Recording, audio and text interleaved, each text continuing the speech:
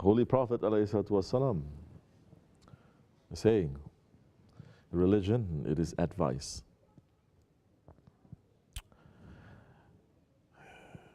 The prophets, they give advice.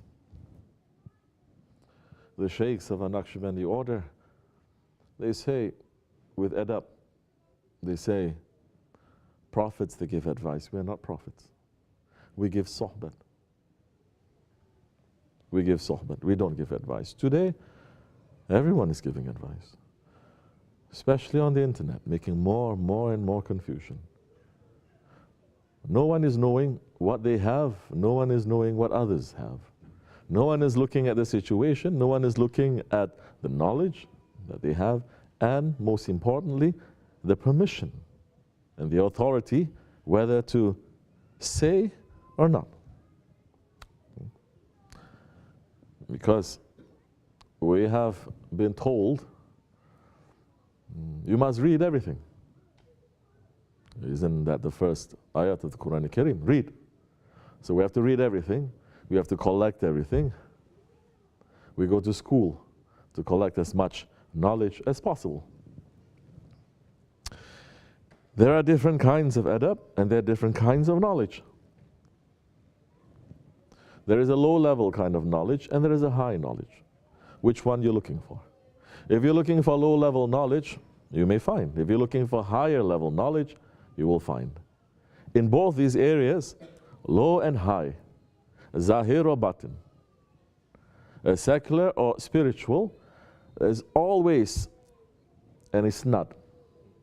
There's always a chain of teachers that pass that knowledge to the next one, to the next one, to the next one, to the next one. Well, you think only the prophets and the tariqas, they have isnad? Dajjal have an isnad too. Nothing is left to chance. They put everything properly. They plan. Allah is saying they plan. Allah's plan is better, of course, but they are planning. They are still thinking there is a big chance that they're going to win. Although all the signs are saying it is not, they say no, it is. And so, the sohbat association like this, one person speaks, that knowledge has been given to him, authority has been given to him, and the order is saying, you speak. The adab of a sohbat is they speak, no one is interrupting. Just like, you know, in school, when you're listening to lecture in the university, they don't entertain too much questions. That is tutorial, that is class. You have to sit and you have to listen. Then you have to learn how to listen. Knowledge. The knowledge is the end point. The beginning point is yourself. How you're preparing yourself to receive that knowledge. This is key, because if you are not clean, if you don't believe that you are dirty, if you are not clean, then whatever knowledge that you put inside of you, even if it's clean knowledge, it will turn dirty. What is this? We're not talking physical dirty, it's okay, like this or like that. You may wash it. But we're talking about spiritual sickness. We're talking about people who are aware of the dangers of the ego, the nafs that Allah subhanahu wa ta'ala has created, that has that power to challenge Allah subhanahu wa ta'ala. And Allah subhanahu wa ta'ala sent shaitan to us in this dunya with desires. These four enemies, not even the angels, they can carry this. They cannot carry this. They tried. They were thinking, why Allah is creating mankind? Who's just doing nothing but bloodshed. That is the knowledge according to them.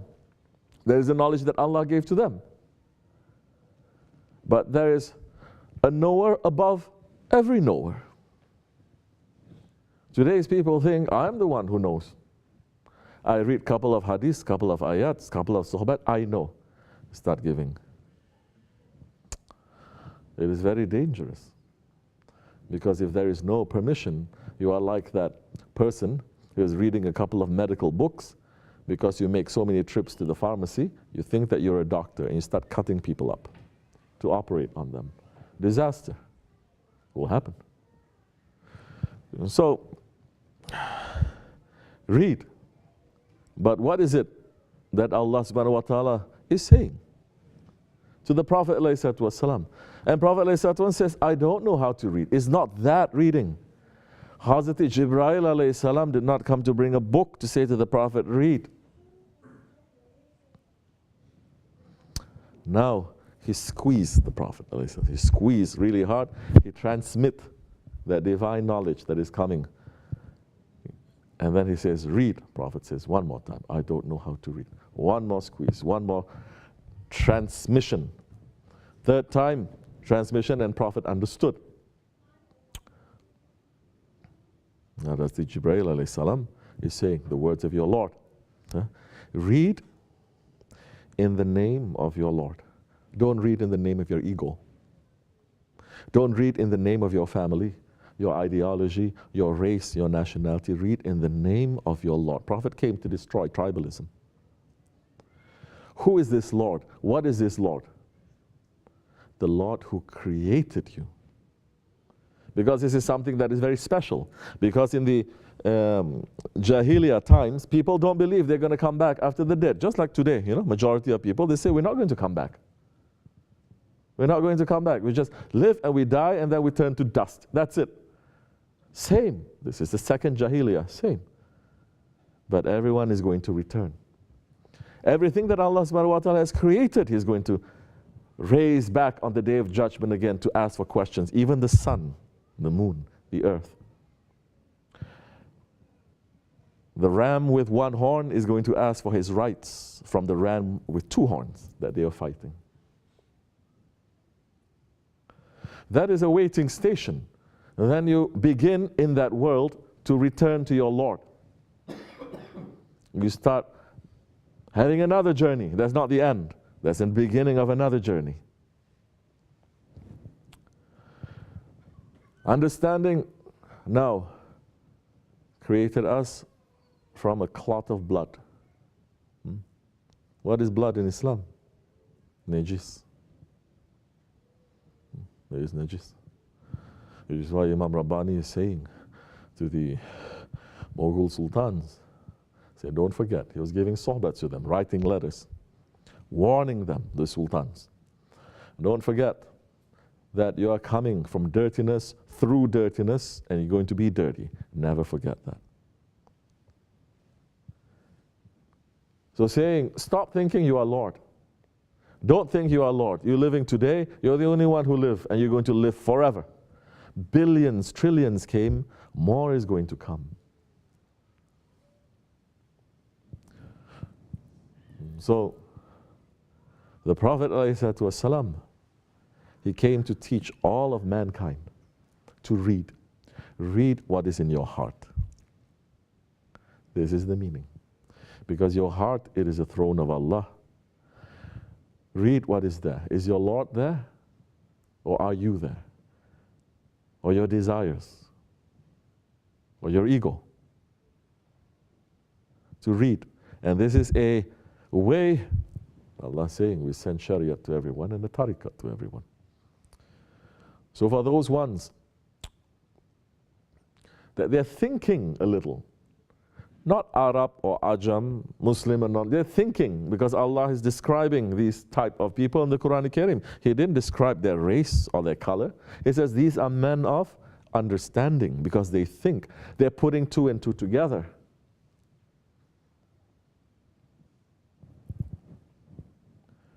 And he says, now start thinking. Who are you? Where you came from? Where are you going to go? Who is that one who created you? What does he want from you? He's asking you to return to him. What does that return mean? In his presence, nothing exists except him. You cannot exist in his presence. Only he exists.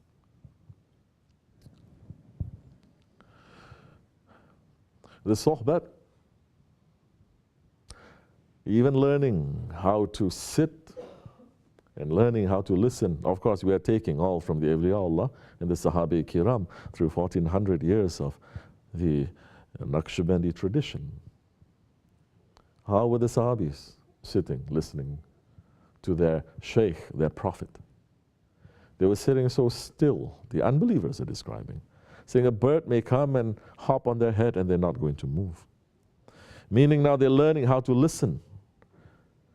Because a sohbat, it is a heavenly gathering. It is a holy gathering. We're not gathering here to talk about our desires or to talk about this dunya. So it comes with rahmat, and there is an adab to receive that rahmat.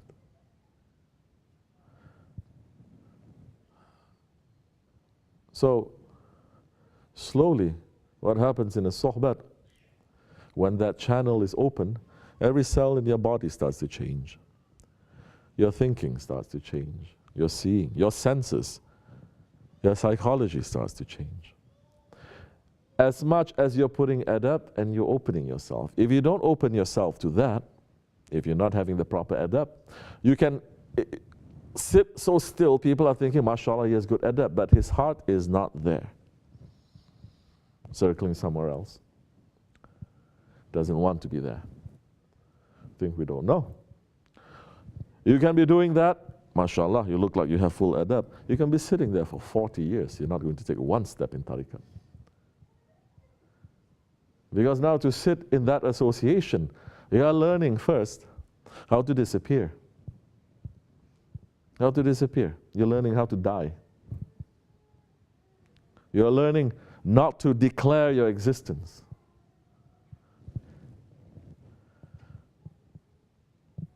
Every sohbat that is given, there is at least 7 levels. Don't think the sohbat is just going to affect you by what we're speaking. Logically, other things are happening to people. Because it's not just a small gathering, there are others gathering as well. And they are looking at your sincerity. What is sincerity? That you want to change. You honestly want to change to become better. You are not just coming, like Shaykh Efendi said, to tariqat because you have nothing better to do. Because you tried everything else and you're bored with the world and then you enter. Let's see how they can entertain me. Or entering into tariqat to learn the worlds and the other worlds, but you have not even discovered the endless world of yourself as an ummah of the Holy Prophet ﷺ. When everything in existence is contained in him, you are following him. What do you think? Are you understanding? Allah subhanahu wa ta'ala is saying, be with the salihin, be with the righteous. He did not say be righteous, he said be with the righteous. Because through the sohbat, you become a sahabi. Those ones who are burying their children, through constant sohbat with the Holy Prophet ﷺ, things start changing. Their hearts start turning. Of course, Allah is the turner of hearts. But you have to be awake. You have to be watching. You have to be paying attention. And you have to want to change. If you don't want any of this, 40 prophets coming down from the paradise will not change your mind. Nothing. There were people who were once, they were Sahabis, and they dropped off. They became worse. It's not the fault of the Prophet ﷺ. Some became Christians. They left the religion completely. Some in front of him, they say, yes, we believe in you. Later, they declare themselves prophets. Don't think that we are better than them. Our ego has the same capacity. Everything that we're watching, it is a lesson for us. You have to think.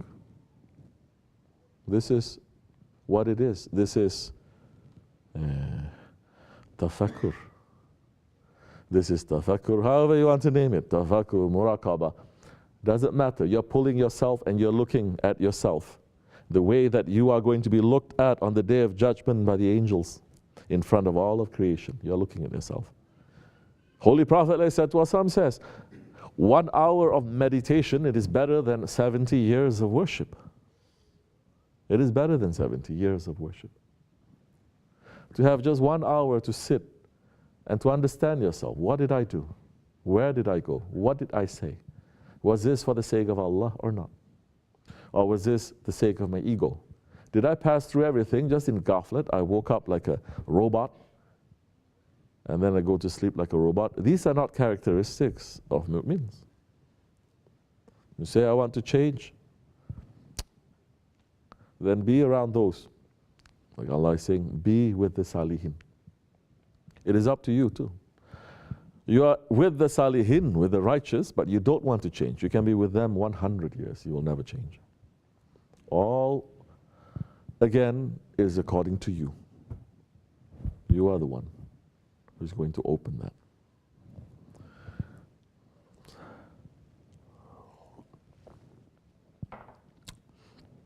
And you start watching, you start observing, you start putting things together. You're saying, why is the Shaykh doing this like this? Why in this situation he says like this? Why in this situation he says like that? You don't just blindly, just accepting. Understand? You are thinking not to rebel, but you're trying to understand the secret. Why? Asking yourself without asking him. So easy to just say, why are you doing that? Why this? In tariqat, why is forbidden? You ask yourself that. So more you are thinking and coming together to be in the sohbet, your heart starts opening. You will know how to move, when to move, according to who. Especially in this way, the training is knock you wall to wall if you don't understand. Because you should understand this already, every one of us.